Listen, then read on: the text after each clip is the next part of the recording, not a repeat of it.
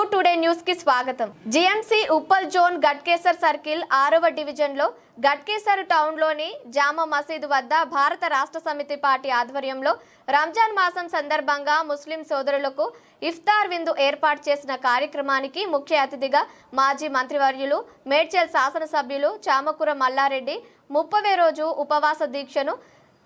జమా మసీదు అధ్యక్షులు సయ్యద్ అబ్దుల్ అజీద్ ఖర్జూర పండు తినిపించి దీక్షను విరమింపజేశారు. ఈ సందర్భంగా మల్లారెడ్డి మాట్లాడుతూ గట్కేసర్ ముస్లిం సోదరుల రుణం ఎప్పటికీ మర్చిపోనని, వారికి ఎంత సాయం చేసినా తక్కువేనని, త్వరలో ముస్లిం సోదరులకు ఫంక్షన్ హాల్ నిర్మాణానికి కృషి చేస్తానని ముస్లిం సోదరులకు హామీ ఇవ్వడం జరిగింది. ఈ కార్యక్రమంలో గట్కేసర్ సర్కిల్ బీఆర్ఎస్ పార్టీ అధ్యక్షులు బడ్డారి శ్రీనివాస్ గౌడ్, గట్కేసర్ మున్సిపాలిటీ మాజీ వైస్ చైర్మన్ పలుగుల మాధవరెడ్డి, మాజీ ఎంపీటీసీ మేకల నర్సింగ్, మాజీ బ్యాంక్ డైరెక్టర్లు రేసు లక్ష్మారెడ్డి, చందుపట్ల ధర్మారెడ్డి, మాజీ కౌన్సిలర్లు షేక్ జహంగీర్, చందుపట్ల వెంకటరెడ్డి, బండారి ఆంజనేయులు గౌడ్, మైనారిటీ బీఆర్ఎస్ పార్టీ అధ్యక్షులు కుతుబుద్దీన్, మైనారిటీ నాయకులు